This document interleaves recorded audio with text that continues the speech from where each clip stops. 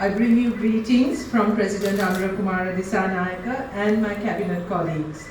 I thank you for joining us, and I thank our High Commissioner and her team at the Sri Lanka High Commission for bringing together this distinguished gathering of ambassadors, High Commissioners and diplomats representing every region of the world.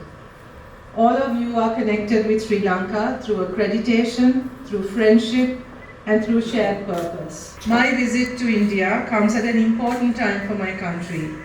It comes on the heels of President Amarasuriya's visit to India in December last year, his first visit overseas since being elected president, and the visit of Prime Minister Modi to Sri Lanka just 4 months later in April this year. The first foreign leader to be received by President Dissanayaka and our government. This is a demonstration of the importance we give to India in our foreign relations as our closest neighbor, trusted partner, and a nation with which we share deep civilizational, cultural, and people-to-people bonds. The relationship between our two countries, which I would describe as being at an unprecedented best, has matured to a multifaceted partnership that encompasses economic cooperation, security collaboration, and enduring ties between our peoples. National People's Power Government was elected to office with an overwhelming call for change from the people of Sri Lanka. It was not simply a vote for a new government. It was a categorical rejection of the politics of the past that was associated with corruption and governance failures and nepotism that eventually led to economic collapse. Under President Amarasuriya's leadership, we have reaffirmed our commitment to sound macroeconomic management and fiscal discipline. We are restructuring debt, modernizing governance, digitizing public services, seeking to implement structural reforms under the IMF Extended Fund Facility, increasing revenue through fairer taxation, protecting social safety nets for the most vulnerable, and encouraging investment. The IMF now recognizes this resolve. Inflation has reduced. It peaked to 70% in September 2022 during the crisis. Reserves are rebuilding, and confidence, while fragile, is returning. Just this month, the IMF and Sri Lanka reached a staff-level agreement on the 5th review of the program, which once approved by the executive board will unlock about $347 million in further support. This follows the successful 4th review completed in July this year, when the IMF commended Sri Lanka's fiscal recovery and progress on debt restructuring. Our goal, however, is not only growth, but just growth. Growth that uplifts and includes, while ensuring stability and long-term sustainable development and prosperity for our people. For too long, communities in Sri Lanka have felt excluded from the nation's progress. We are committed to building a country where every citizen, regardless of ethnicity, religion, language, or geographic location, has equal opportunity and dignity. Reconciliation is not just a political slogan for us. It is a practical necessity for sustainable development of our nation.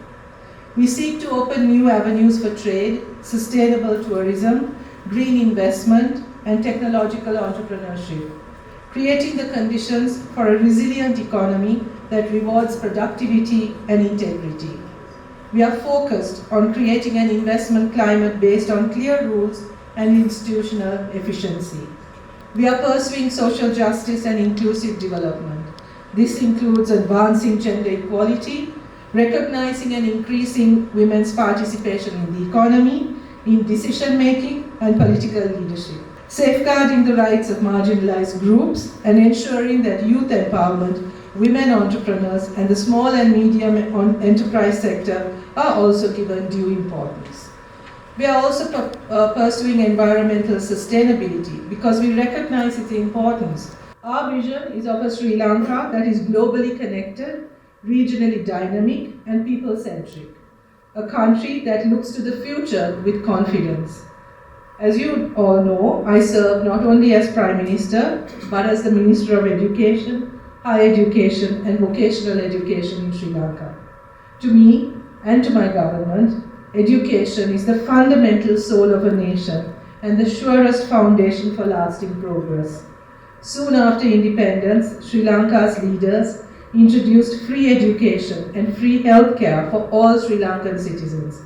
These policies have served us well over the decades, with Sri Lanka being ranked in the high HDI category of UNDP's Human Development Index.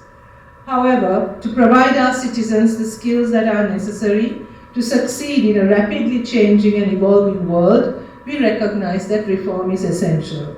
We no longer focus on access, but now on ensuring that every child, every young person has access to quality education.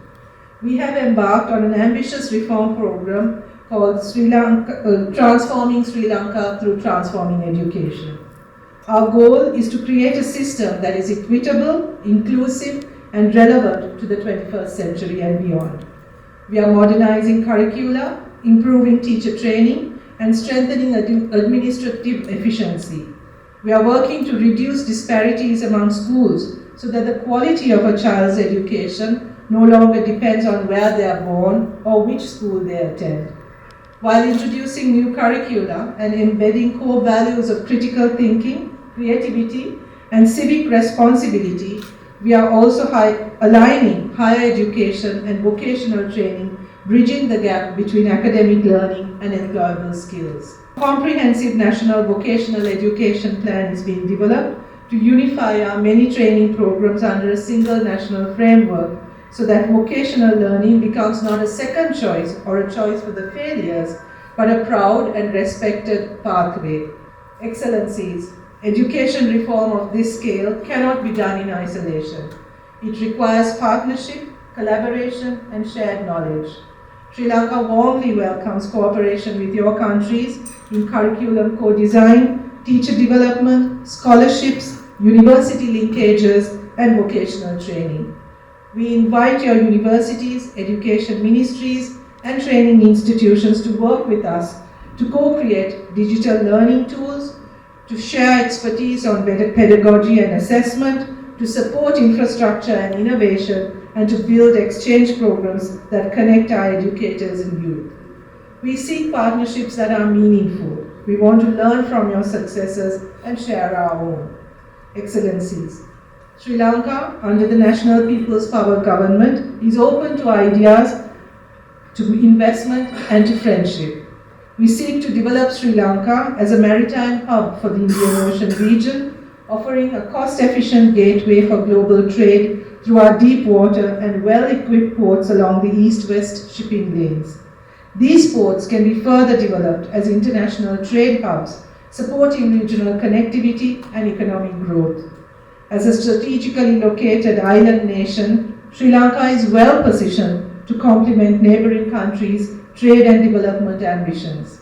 Enhanced trade routes and port infrastructure can drive economic benefits, not only for Sri Lanka, but for the broader region as well. Having faced years of economic mismanagement and having learned the hard way, our government is implementing reforms to create a more stable and transparent economic environment. However, reform, as you know, is not easy and can be slow at times, but we are determined to stay the course. Reforming institutions, changing entrenched political cultures, healing historical wounds, seeking reconciliation, true reconciliation, and reviving an economy that experienced crisis is no easy task. This is the moment when we need your support and assistance. It is also an opportunity for your countries to deepen engagement with Sri Lanka, and we hope that your countries will be part of our transformative journey, investing in our shared journey and mutual prosperity. We recognize the need to make it easier to do business with us, and we are working on regulatory reform, digital platforms for approvals, and transparent procurement processes.